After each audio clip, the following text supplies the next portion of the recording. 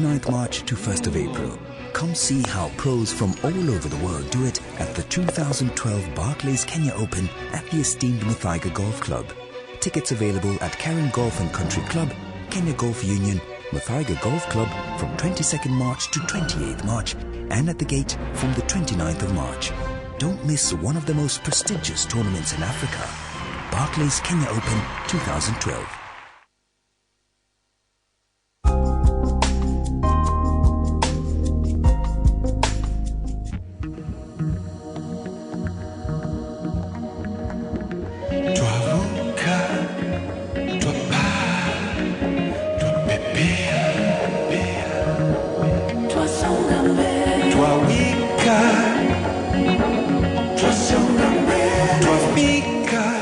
Natural beer, sugar-free, truly Kenyan.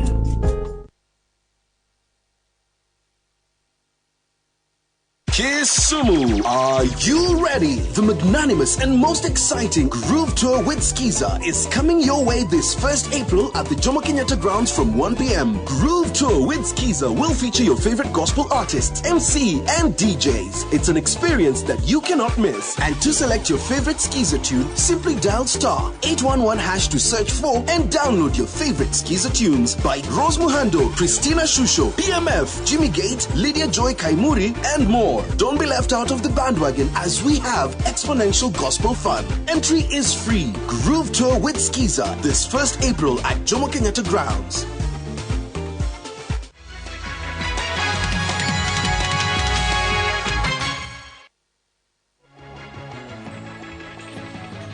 Welcome back. Glad you're watching KTN Prime.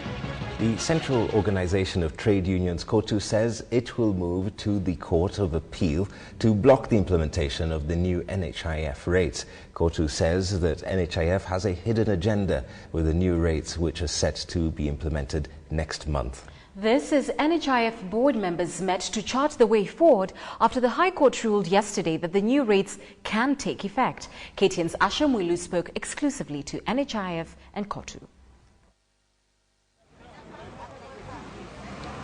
A day after the court gave the National Health Insurance Fund the nod to dig deeper into the taxpayer's pocket in its quest to reform Kenya's healthcare sector, KOTU leaders have vowed to take all legal measures available to block the implementation of these new rates. If we do not get it at the Court of Appeal, we will go to the Supreme Court.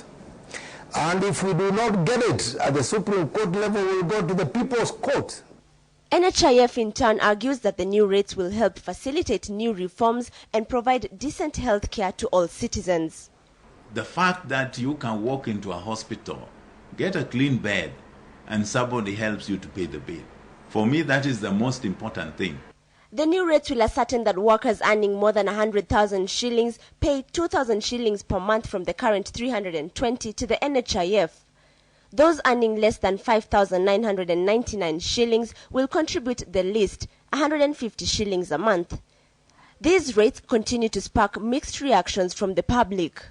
I do support this because somebody somewhere will benefit from what I'm paying. It's a policy that if you give people choice to take, I don't think most people will go for it.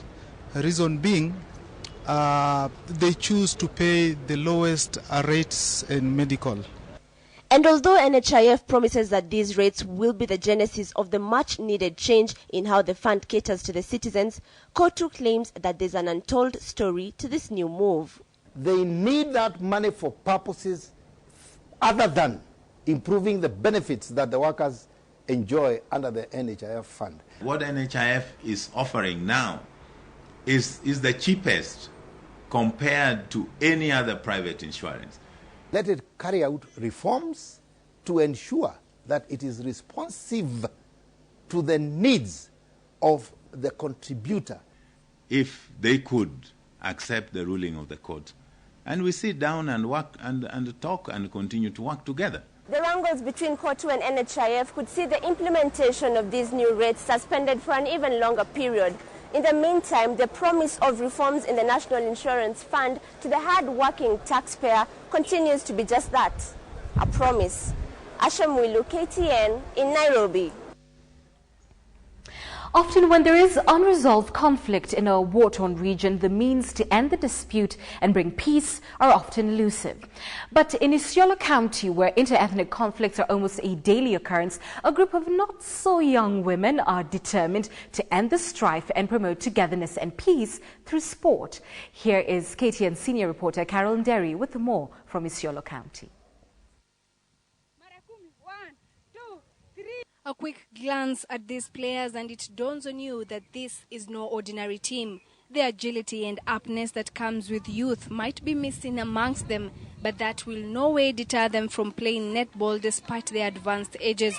The oldest player in this all-women team in Isiolo is 55-year-old Rukia. No mean feat for women in their 50s and 40s and even younger to be running about in a field trying to mark the ball and outdo the opponent's team. But this group of women from Isiolo have a vision to try and restore peace in the conflict-torn county where inter-ethnic wars flare up daily, costing human life, casualties and massive destruction of property. They want to do it the best way they know how, by incorporating women from the different communities in Isiolo, and by that, hoping that the bond will strengthen and serve to break the ethnic rivalries that are rife in this area. Tunafurahia hata wakati tunajenga peace katika mji wa Isiolo. Tumekuwa changamano ya kabila zote. Wamama ndio wenye kukaa na watoto mara mingi, ndio wenye kukua manyumbani mahali hao wazee na vijana wanaenda kupigana wanaotoka. They also do it for general well-being and keeping diseases that come with old age at bay. Nilikuwa na kilo nyingi 150 ilhali nina miaka 25 wakati huo. Last week on Saturday nilipimwa nikakuta niko na kilo 81, so nafurahi sana na najivunia kabisa. Bringing women together from different communities has not been easy. Yenyewe ni ngumu kwa sababu unaona kusema ukweli ni machanganyiko ya makabila, machanganyiko ya umri. The Maendeleo ya Wanawake was also recently in Isiolo meeting different women from the area in an attempt to restore peace in Isiolo County. What they are telling us is that there is a lot of laxity within the government, that they don't want to deal with issues of arms.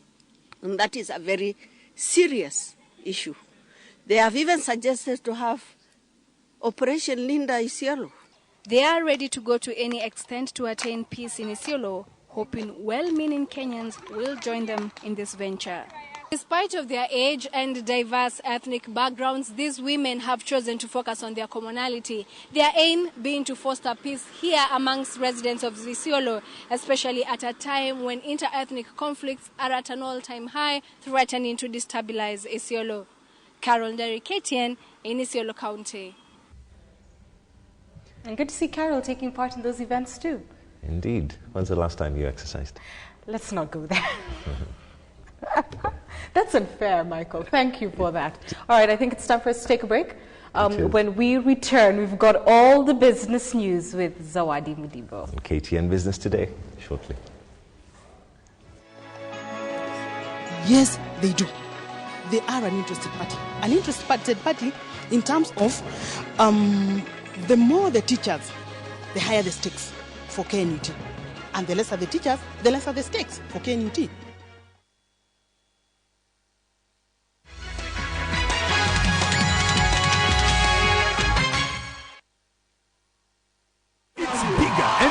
Kenya Kona Group present 5th edition of Crazy Monday Comedy Night at the Hilton Hotel this Monday, the 2nd April, as from 6:30 to 10 p.m. featuring Mushamba, Jalango, Lucky Bala, Mbuvi, Linda Mudama, and the Ultimate Band, among others. Charges 500 per head. Tickets available now at the Hilton lobby. Ample parking at the Hilton basement. Discount on all foods and drinks. Crazy Monday Comedy Night is sponsored by The Standard, Crazy Monday, Hilton Hotel, Kenya Kona Group, More Sound, and Daylight Screens.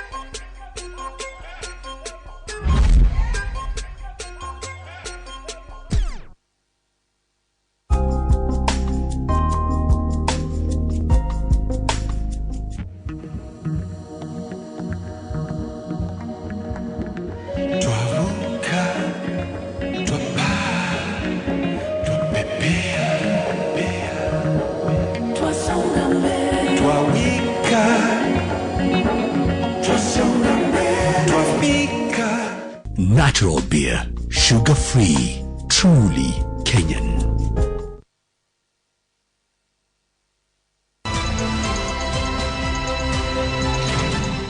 KTN Business Today, in association with CBA.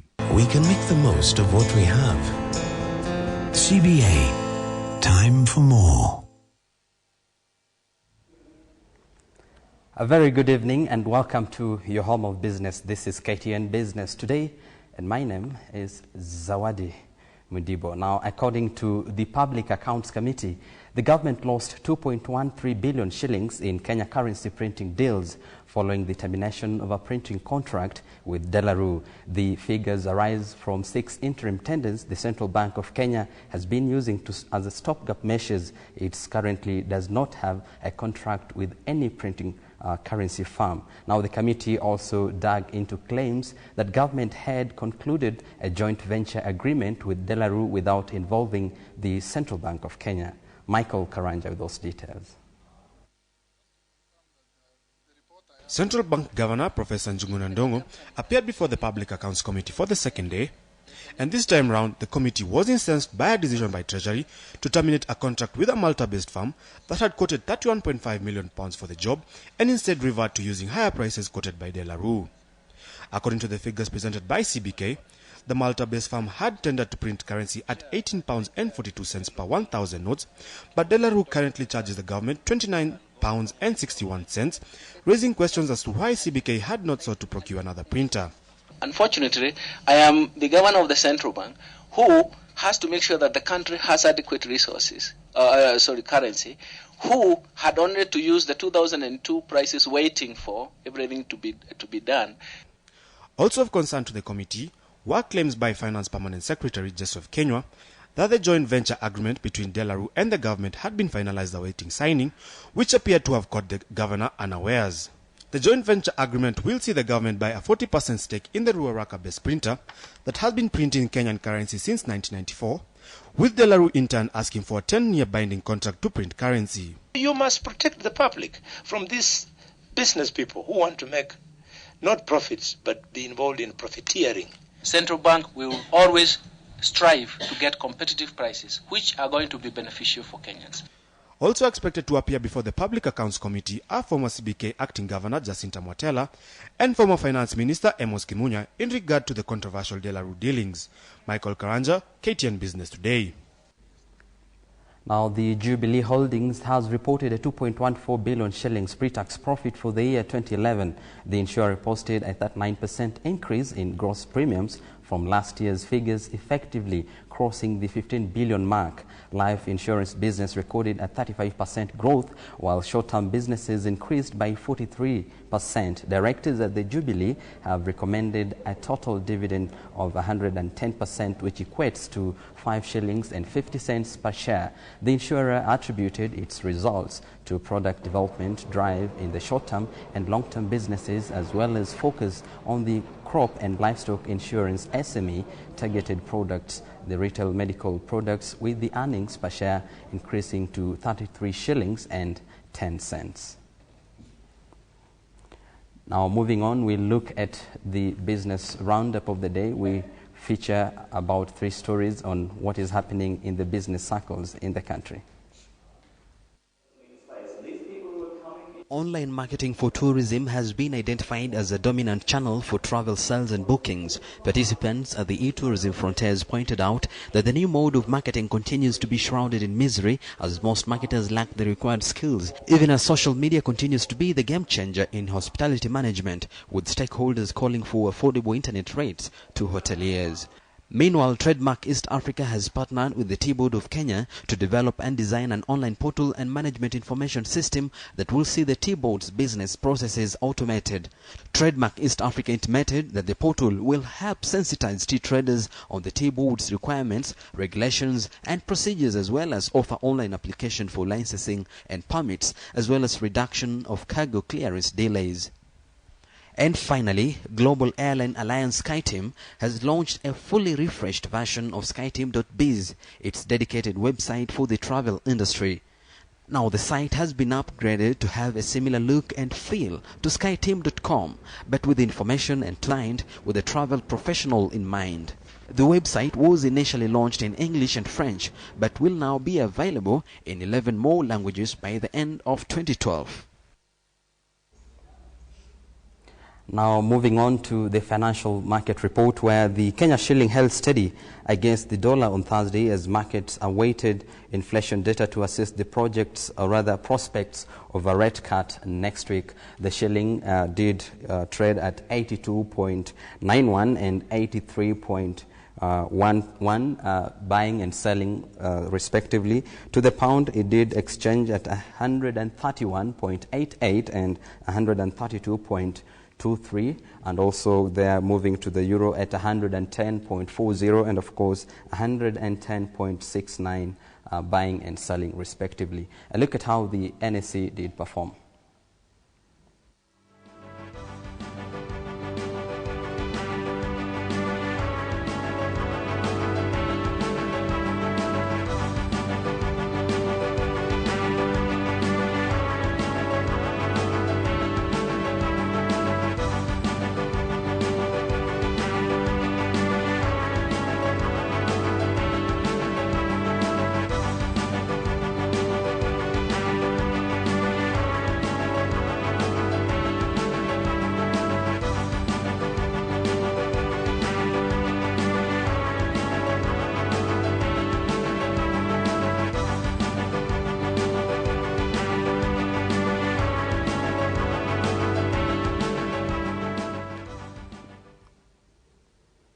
Well, indeed an honor and pleasure to have you on KTN Business today. This is your home of business. My name is Zawadi Mudibo. Nicholas Mudimba is up next with the sports. Stay tuned.